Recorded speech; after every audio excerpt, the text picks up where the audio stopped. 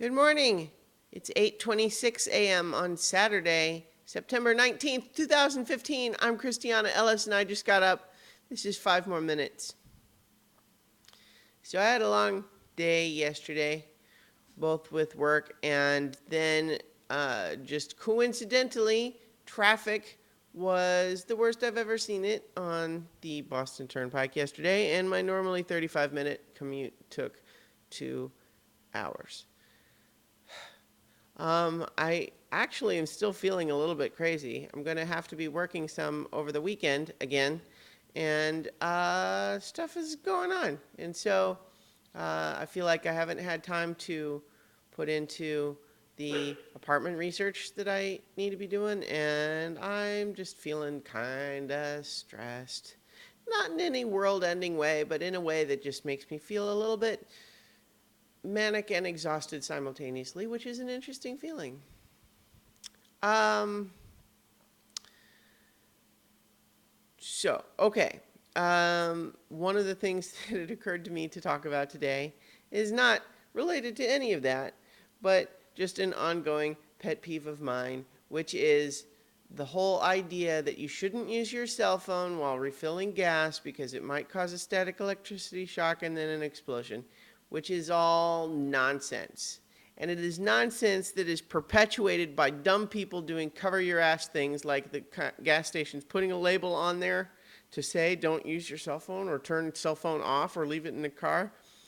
It's nonsense. Not only has it never happened, but it's not even obvious how it possibly could happen.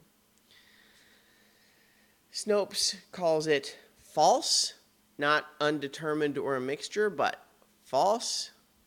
You can look it up.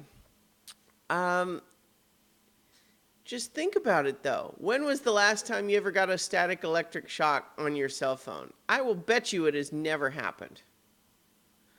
In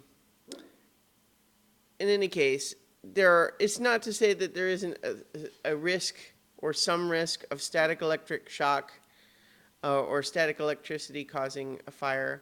That could theoretically happen, although it would be a dramatic long shot, I would guess. I think there is some evidence that that has actually happened, but in almost all those cases, it's things that you would more typically associate with getting a static electric shock, like getting in and out of the car or having clothing that creates a lot of friction, those sorts of things.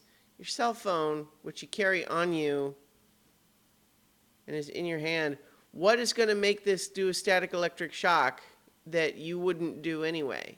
Like, that doesn't happen. That's not how cell phones work.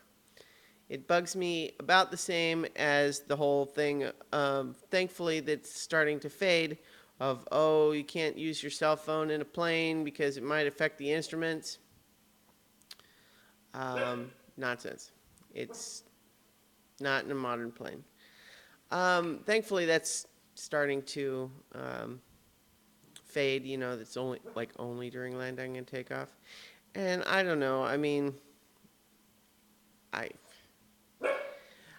the reason that, like, the gas station will have the label on the pump that says don't use your cell phone while you fuel up or whatever is not because that it's ever happened, but because some people think that it could, and they don't want to be liable if it does. They don't want it to like, well, who knows? Maybe it'll happen for the very first time, and then someone will sue us. And that sort of perpetuation of fear just ties into all sorts of things like, for example, people who want to label GMO foods. In principle, I am not opposed to labels. I mean, I don't object personally to putting the labels on there, but the problem is that the push to put labels for GMO foods is kind of disingenuous because it's not really about consumer protection as much as it's a foot in the door of trying to convince people that it's bad because, well, they wouldn't have to put a label on it if it wasn't bad. But it's not bad.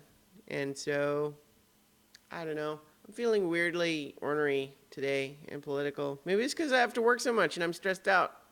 Mm. That was weird. My camera did a weird, like, when I made that noise, it refocused. Okay, so I'm over 5 minutes now. I'm rambling. I don't want to work. All right. I will talk to you guys tomorrow for 5 more minutes.